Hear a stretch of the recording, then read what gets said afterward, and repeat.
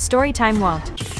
Last year, I 14 female ended up being the one to welcome a new girl we got at school named Astrid. It was only supposed to be for that week, but it turned out me and Astrid have a lot in common, so we've pretty much hung out every day since she got here, and we're really good friends now. Well, that's what I thought, but now I'm not so sure about our friendship. I like Astrid, she's really nice, but there were a bunch of things she did when we first met that were just weird. I figured it was just nerves from being new, but after everything that happened last night, now I'm just scared. The first things you usually ask a new person is where they're from, why they moved, all that kind of stuff. It was weird because Astrid would never answer me. She would just say she didn't want to talk about it or change the subject. But it got even weirder. After we had been friends for a while, I tried to ask her about her family and where she was from again. This time she didn't ignore me, but I almost wish she did. Without even cracking a smile, she looked at me and said, "If you keep asking, you're going to regret it." At first it really bothered me, but after a week or so I figured it was just something traumatic and she didn't want to talk about it. That should have been red flag number 1. Then about a month ago, I noticed we liked all the same things. That doesn't seem weird or scary, but what two people like all of the same things? I wanted to prove to myself that I was overreacting, but all I did was prove myself right. Astrid would always wait for me to say what I liked first and then she would just agree with whatever I said. So this one time I lied on purpose, and then a few days later I switched my answer. She agreed with me both times. I know that's no reason to be scared, but I promise it gets so much worse. Astrid invited me over to stay the night and watch true crime docs. I agreed because who doesn't like true crime, and I had never been to her house before. I thought it would be a good way to figure out where she was from, and I was excited to meet her parents. But when I got to her house, she was the only one there. Since asking about her family was touchy, I pretended I didn't even realize we were there alone. For a while, everything was normal until it wasn't. I was about to get answers to all of my questions, and Astrid was right. I do regret it. Astrid put on a true crime story I had seen before, but when I told her that, she just smiled and said I should watch it again. I can't explain it, but something about the way her face went all crooked when she smiled made every hair on my body stand up. My heart was beating so fast while I watched a story about an entire family found brutally mutilated and posed. The only person in the family they believed to have survived was their 12-year-old daughter. The only problem was she'd never been found. I tried to stay calm while the TV said detectives believed whoever committed the crime also took the 12-year-old girl. But there was something about Astrid's smile that made me feel like she was more involved than it seemed. Even after the show went off, I was too afraid to look at her. I didn't know if she showed me all of that because she really trusts me, or if it's something worse. When I finally got the courage to look at her, I almost screamed because she was so close to me. Then she asked me a question that made my blood run cold. Through the same weird grin, she said, "You won't tell anyone, right?" All I could do was shake my head no. I just wanted to get out of there, but then she said something even worse. We sat there in silence until our eyes locked, and then she whispered,